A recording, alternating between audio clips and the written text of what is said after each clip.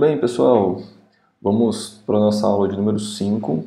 Vamos concluir hoje a parte de propriedades coligativas, tá? Que a gente viu na aula anterior, né? A gente começou a falar sobre pressão de vapor e uma das propriedades coligativas que era o abaixamento da pressão de vapor. Hoje nós vamos ver a elevação do ponto de ebulição, o abaixamento do ponto de congelamento e pressão osmótica. Certo. Falando aqui da elevação do ponto de ebulição, a gente percebe que quando a gente adiciona soluto, né, a uma solução, a gente verifica que ocorre o abaixamento da pressão de vapor desse líquido, né, na solução. Tá? E isso vai ocasionar, né, uma necessidade de que se aumente a temperatura, né, de que se tenha uma temperatura mais elevada para que a solução entre em ebulição, né? Então, comparado ao líquido puro, a solução sempre vai ter uma temperatura de ebulição maior. Tá? Lembrem que para que a temperatura de ebulição, né, que a temperatura de ebulição, ela tem que ser, né, na verdade é a temperatura na qual a pressão de vapor da solução se iguala à pressão externa. Tá?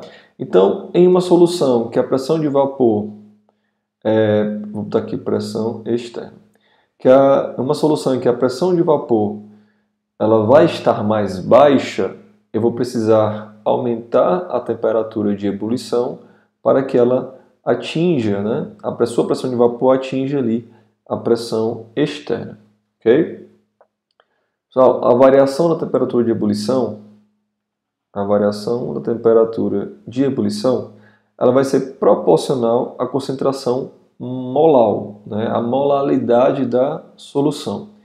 Essa proporção ela vai se equivaler em uma constante, que a gente chama de constante ebulioscópica, tá? Que a gente vai chamar de KE. Então, a variação da temperatura de ebulição vai ser a constante ebulioscópica vezes a concentração molar. Então, qual vai ser então essa variação, né, da temperatura de ebulição? Vai ser a temperatura de ebulição da solução, que vai ter que ser mais alta, né, menos a temperatura de ebulição do líquido puro. Então, na tabela nós temos as constantes de ebulioscópicas, né, aqui no caso, a constante ebulioscópica para esses solventes, né, na verdade todos os solventes ali têm esses valores tabelados. Aqui nós temos só uma amostra, né, e a variação de temperatura a gente vai saber a partir do ponto de ebulição normal, né? Então nós temos aqui também para a água é 100, isso a uma pressão externa de 1 atm, né? 100 graus Celsius, benzeno 80,1, etanol, tetracloreto, cloroformo, então a gente tem aqui. Beleza? As constantes ebulioscópicas também nós temos aqui para cada um deles. Aqui essa tabela está errada, tá, gente? Na verdade, variação, aliás, graus Celsius, né, a temperatura, quilograma por mol. Tá bom? É o inverso aqui. Então, gente, veja que essa linha azul nesse diagrama de fases, né, mostra aqui nesse ponto, ó, nesse ponto específico, que a qualquer temperatura, né, a pressão de vapor da solução vai ser mais baixa, né, vai ser mais baixa do que do líquido puro, tá? Então, veja que chegando aqui onde a gente encontra 1 atm, né, que é a pressão atmosférica externa, a gente observa o quê? Que a temperatura para que se atinja a ebulição, ela é maior do que a temperatura para que se atinja a ebulição no solvente puro. Tá? Então isso em qualquer faixa. Beleza, gente? Da mesma forma, né, que a gente observa uma mudança na temperatura de ebulição, a gente também vai observar uma mudança no ponto de congelamento. Tá? Então, isso aqui é até mais perceptível do que a mudança do ponto de ebulição, que tem uma variação menor. Né? A variação do ponto de ebulição, do ponto de congelamento é um pouco maior e mais perceptível. Né? Se percebe muito nos países onde neva, né? Onde são países mais frios, o pessoal utiliza sais, né? Cloreto de sódio, cloreto de potássio, para derreter o gelo, né, das ruas, das calçadas, né, justamente se aproveitando desse abaixamento do ponto de congelamento. Tá? Aqui nesse exemplo, a água do mar congela 1 grau Celsius abaixo da água pura. Certo? A água do mar, obviamente, é uma solução, né, de sais, e ela chega a congelar a 1 grau abaixo, né, Celsius abaixo da água pura. Tá? Nos laboratórios a gente pode utilizar para determinar a pureza de um composto, né? Verificar qual é a sua temperatura de congelamento. Tá? É possível usar o ponto de congelamento para medir também a massa molar de um sólido. A gente vai ver que a gente utiliza tanto o abaixamento como também a pressão osmótica, tá? Para fazer isso. Então veja que aqui nessa faixa, né, onde a gente tem o ponto de congelamento a 1 atm, né, a gente observa também que há uma temperatura menor para congelar o líquido puro, né, uma temperatura maior para congelar o líquido puro e uma temperatura menor para congelar a solução. Termodinamicamente, né, a gente explica melhor isso. Em que sentido? Uma solução é sempre mais desordenada, né? Sempre tem uma entropia maior do que um líquido puro, certo? E para que ocorra o congelamento, você precisa retirar a energia dessa solução, né? Para que aconteça o congelamento. Como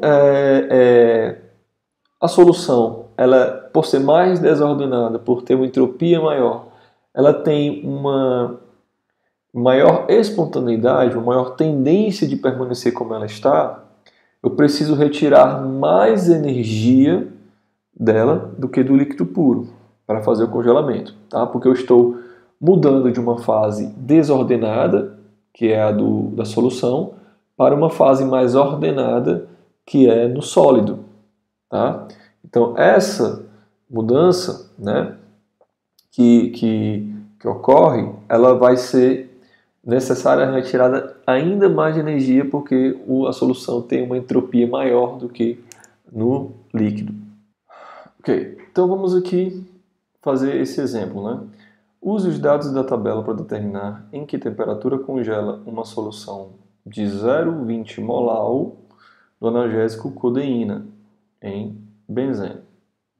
Tá? Então, a variação da temperatura, vou ajustar isso aqui, temperatura de congelamento, a variação da temperatura de congelamento.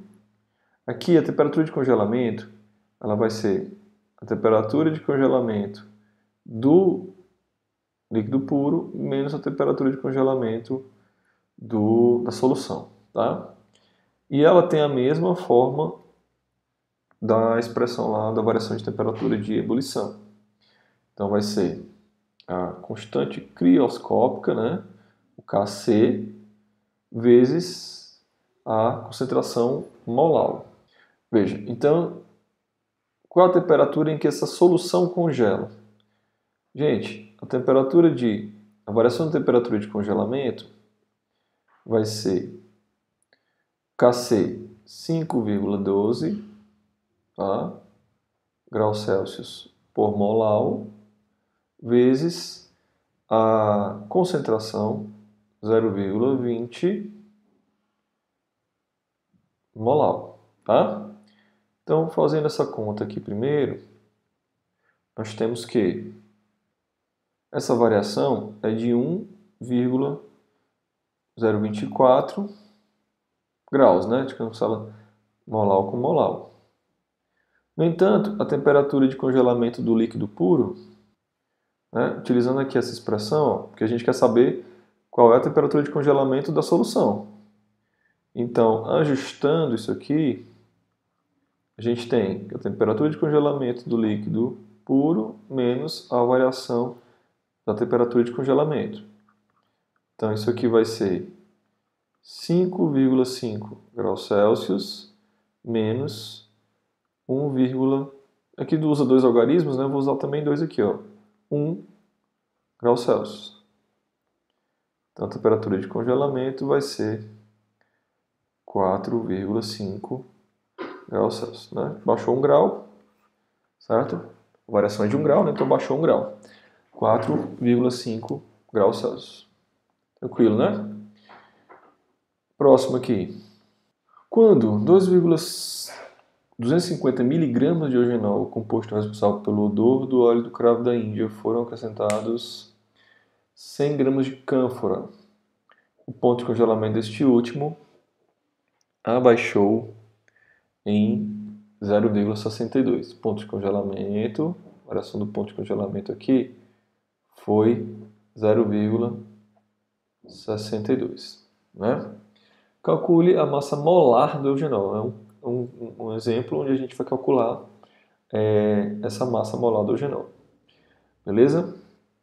Bom, isso aqui vai ser bem tranquilo, ó. Primeiro, vamos pegar aqui que nós temos já. A gente sabe qual é a variação, né? A gente sabe qual é a variação do ponto de congelamento, Kc, molaridade, né? O que a gente tem aqui? A gente já sabe o Kc, que é tabelado, e essa variação. Então, o que a gente vai descobrir é a concentração em molar, né? Kc. Então, a concentração vai ser essa variação de 0,62 sobre o Kc, que é 39,7 graus Celsius por molar. Tá? Então, cancela, ó, C com C. O resultado vai ser, obviamente, em molar, né? Mol por quilograma. Resultado aqui, 0,62 dividido por 39,7. 0,156 mol por quilograma, né? Que é o molar. Certinho, gente? Então, o que é a concentração molar, se não o número de mols sobre a massa do solvente em quilogramas, né? Então, qual é a massa do solvente? A cânfora é 100 gramas, né? E o eugenol nós temos a massa. Lembrando que o número de mols é a massa sobre a massa molar, né? Então, essa concentração vai ser a massa sobre a massa molar do soluto dividido pela massa do solvente. Ajustando aqui, a gente tem massa do soluto, massa molar do soluto vezes a massa do solvente. Certo? Vamos fazer substituições aqui. Nós queremos saber qual é a massa molar. Então, mais um ajuste. Massa molar, então, vai ser a massa do soluto, a molaridade vezes a massa do solvente. Ok? 250 miligramas, vamos transformar para gramas, tá? Porque a gente quer a massa molar em gramas por mol. Então vai dar 0,250 gramas. A molaridade nós sabemos aqui que é 0,0156, né? mol por quilograma, e a massa do solvente, 100 gramas, que é 0,100 quilogramas. Cancela quilograma com quilograma, o resultado vai ser em gramas por mol, né? Então, resolvendo aí, a gente tem 250 dividido por 0,00156. 160,3 gramas por mol. Tá? Essa, então, é a massa molar do eugenol. Gente, até agora nós trabalhamos com soluções que, aqui é maiúsculo, tá? Até agora nós trabalhamos com soluções de não eletrólitos, né? São substâncias que não se dissociam em íons na solução, tá? Contudo, quando nós temos um eletrólito, a gente tem que considerar esse processo de dissociação ou ionização, certo? Por quê? Consideramos aqui um sal, né, o NaCl. Quando eu adiciono, né, 1 molar desse NaCl, na verdade, nós estamos inserindo, né, 1 molar do Na+, né, e 1 molar do cloreto. Ou seja, nós estamos adicionando, na verdade, 2 molar na solução. Ok? Então, sempre a gente, quando adiciona um sal, a gente está adicionando uma quantidade, né, uma concentração maior do que se a gente tem um eletrólito, né, justamente um não eletrólito, justamente por conta dessa dissociação. Esse valor, né, que vai ser o fator de Van 't Hoff, que é um fator de correção, certo? Dessas fórmulas. Então, por exemplo, variação da temperatura de ebulição vai ser a constante ebulioscópica vezes molaridade.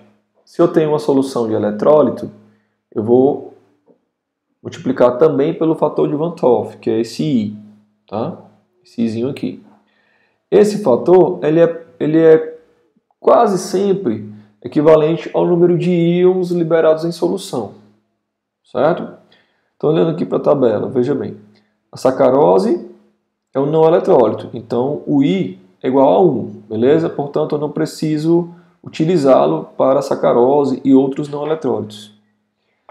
Para o HCl em solução libera o quê? H+ e Cl-.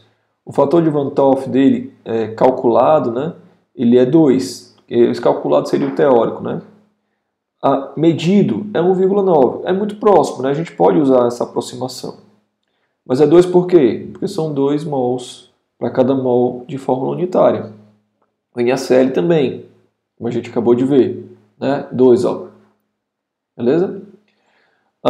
O sulfato de magnésio, o calculado dele é 2, né? Porque liberaria aqui 1 mol de magnésio, né? E 1 mol de sulfato. Contudo, aqui para ele é 1,3. Por quê? Porque existem outros fatores, né? Fatores eletrostáticos que não tornam esses íons independentes, né? Umas cargas aqui são mais elevadas, né, de magnésio e sulfato, pode ser que eles ainda permaneçam interagindo e não se comportem completamente como sendo duas entidades, duas espécies separadas, certo? O cloreto de magnésio, veja bem, libera 1 mol de magnésio e 2 mol de cloreto. Então, qual é o fator de Van 't Hoff calculado? 3, certo? Porque são 3 íons. 2,7 é o valor medido, então é bem próximo. E o cloreto de ferro, o calculado é 4, né? Porque é 1 mol de ferro e 3 mol de cloreto. E o medido, 3,4. Quando o I medido não for disponibilizado, a gente utiliza o I calculado, que é justamente com base no número de íons que estão se formando em solução. Então, vamos lá. A pressão osmótica, que é essa última propriedade coligativa. Gente, a osmose é um fluxo de solvente através de uma membrana semipermeável de uma solução de maior concentração para outra de menor concentração. O que é uma membrana semipermeável? Ela é uma membrana seletiva. Ela é permeável para apenas algumas espécies, né? Normalmente, elas são permeáveis, tá? É uma membrana permeável para as moléculas do solvente, tá? Então a gente considera que somente as moléculas de solvente elas passam por essa membranazinha aqui, que separam aí duas soluções, tá? As moléculas de soluto, geralmente maiores, elas não ultrapassam. Olhando aqui para esse diagrama, né? As moléculas, essas bolinhas verdes representariam as moléculas do soluto, né? E elas não são permitidas a passagem. Somente das moléculas, as bolinhas azuis, que seriam as moléculas de solvente, tá? Então o que acontece? Na osmose, o fluxo de solvente, de moléculas de solvente, ele acontece, né, a partir das moléculas da solução diluída. Na verdade, existe uma situação onde ocorre um fluxo de lado a lado, mas ele vai ser maior a partir da solução diluída para a solução concentrada. Né? Essa é uma tentativa de restabelecer, né, essas quantidades, né, esse equilíbrio. Na verdade, a gente também entende como sendo porque a solução concentrada tem uma maior pressão de vapor, ocorre uma tendência das moléculas de solução diluída ultrapassarem, né, para a solução concentrada. Tá? Então essa passagem aqui de moléculas de solvente aumenta, né, nesse tubo em U o volume da solução concentrada, né, diluindo ela, certo? A altura, né, dessa diferença aqui, certo? Essa diferença entre os dois tubos, né, os dois lados do tubo, vai dar justamente a pressão osmótica, tá? Porque ela está também sendo contrária a uma pressão atmosférica, né? Então essa pressão hidrostática ocasionada aqui, certo? Ela vai aumentar a coluna de água. A diferença entre elas é a pressão osmótica e eu tenho aqui também a pressão atmosférica indo contra, né? A pressão osmótica, né, que é a propriedade, é a força que deve ser feita para barrar a passagem de solvente, certo? Então, a força, certo, que se faz na solução para que essa passagem de solventes ela pare, né, ela cesse, entre em equilíbrio, é a pressão osmótica. Osmose é o processo de passagem, né, e a pressão osmótica é justamente essa força feita para que essa passagem pare, tá? Atinja o equilíbrio. Então, a pressão osmótica ela é dada pela concentração molar, tá? Vou colocar aqui. Pressão osmótica dada pela concentração molar constante dos gases vezes a temperatura absoluta. Sendo essa constante dos gases utilizados aí, os gases ideais, 0,0812 atm litro mol Kelvin, né? E a temperatura absoluta, né? Temperatura Kelvin. Beleza? Um exemplo aqui, né, de pressão osmótica é a crenadura, tá? Então, se os glóbulos vermelhos de sangue, né, as células de uma forma geral, são colocadas em uma solução hipertônica, né, o que é uma solução hipertônica? É uma solução mais concentrada, beleza? Então, as células têm uma concentração interna, né? As células têm uma solução interna com determinada concentração. Se elas são colocadas em um ambiente que é hipertônico, né, ocorre uma passagem de solvente de dentro da célula para o seu exterior. Tá? Então, essa passagem de dentro para fora faz com que a célula murche. Né? Esse processo é chamado de crenadura. Tá? Isso aqui é muito utilizado quando se produz geleias, por exemplo. Né? Geleia você coloca uma quantidade muito grande de açúcar, né? É uma solução bem concentrada de açúcar e imerge determinada fruta para fazer a geleia. Essa fruta, ela vai, né? As células vão se... as células, inclusive as células de bactérias, né, presentes ali, elas vão também sofrer crenadura. Tá? A hemólise é o oposto. Se eu pego uma célula, um glóbulo branco, um glóbulo vermelho, por exemplo, né, e o glóbulo vermelho é só um exemplo, mas funciona para outras células, né? Coloco em uma solução hipotônica. O que é uma solução hipotônica? Uma solução mais diluída. Solução mais diluída do que a solução da célula interna, né? Ocorre o quê? Ocorre uma passagem do solvente do meio para dentro da célula, né? E isso causa um inchamento da célula, levando até a quebra dessas paredes, né? E isso é muito utilizado para você estudar o interior das células, nessa quebra para verificar as substâncias que estão dentro da célula. Então aqui nós temos novamente, né, alguns exemplos. Ó. Aqui no caso de uma solução, tem uma solução hipertônica, né? Solução externa hipertônica, o que acontece? A crenadura, a célula murcha, né? Que no caso, uma solução hipotônica, o meio é menos concentrado, né? Ou seja, é mais diluído, então o solvente ele passa mais de fora para dentro, tá? Causando inchamento da célula. E esse aqui, gente, que são concentrações equivalentes, eu tenho um ambiente isotônico. Certo? Vamos aqui fazer alguns exemplos. Vamos lá. Qual é a pressão osmótica em atmosferas para uma solução aquosa de 12,36 molar de ureia a 22 graus Celsius? Então, qual é a pressão osmótica?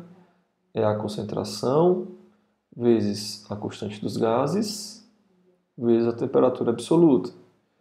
Temperatura absoluta, gente, vai ser 273 mais a temperatura em graus Celsius, né? Então, 22 graus Celsius vai dar 295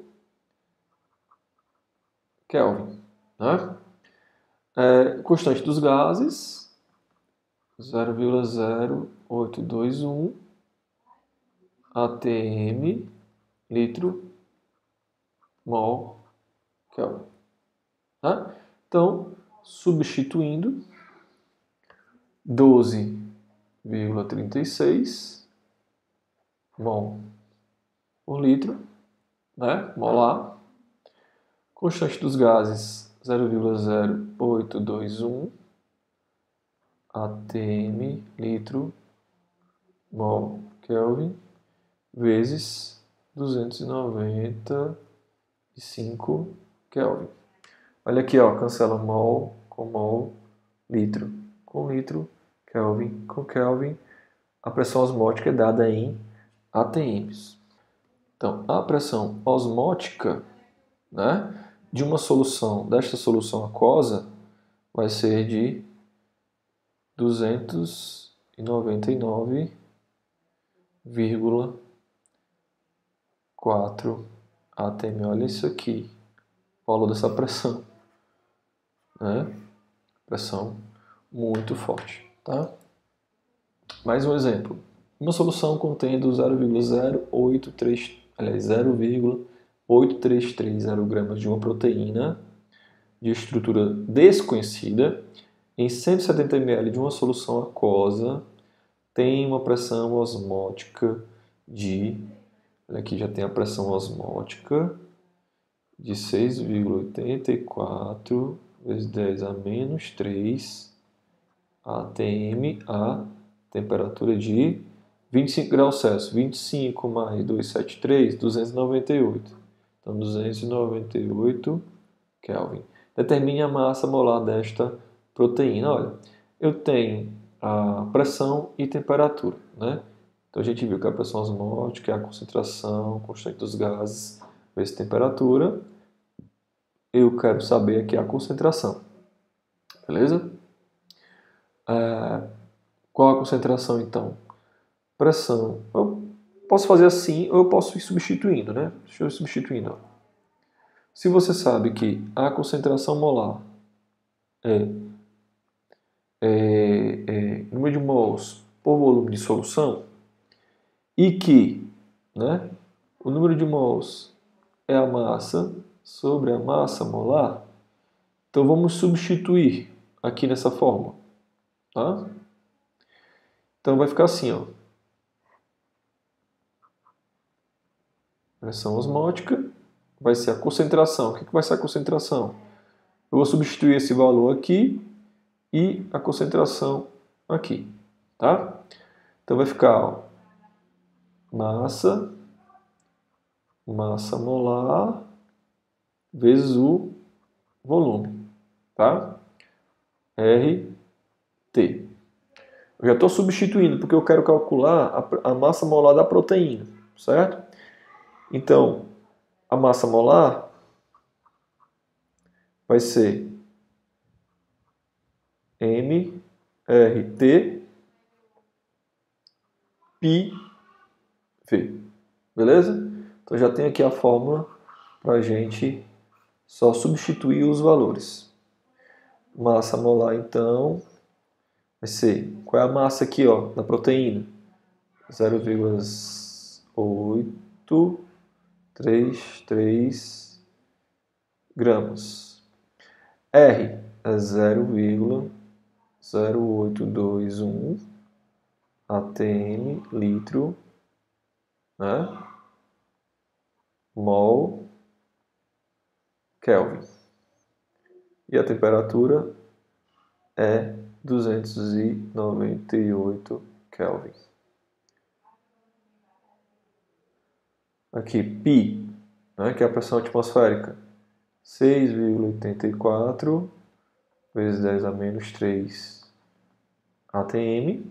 E o volume, 170 ml. Né? O volume é em litros, então dá 0,170 litros. Vamos ver se está tudo certinho. Ó. A massa molar é para dar em grama por mol. Grama por mol. Tá? Então o que eu posso cancelar aqui? O restante eu tenho que cancelar todas as outras unidades. Tá? ATM com ATM. Litro.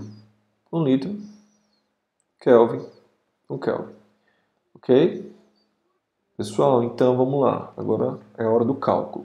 A massa molar vai ser 17.526,7 gramas por mol. É grande mesmo, gente, porque eu estou falando de uma proteína, tá? Então, isso aqui é uma excelente forma de se calcular a massa molar de uma proteína, né? Preparando-se uma solução, medindo-se a pressão osmótica dessa solução, tá? Então, uma solução obviamente, valores conhecidos, uma solução conhecida, tá? Então, você utiliza isso para calcular a massa molar da proteína. Beleza, gente? Essa foi a nossa última aula falando de propriedades coligativas, tá? Na nossa próxima aula a gente já vai entrar em termodinâmica, tá bom? A primeira aula de termodinâmica já será a próxima aula 6. Valeu, gente. Então, ficando por aqui. Até a próxima.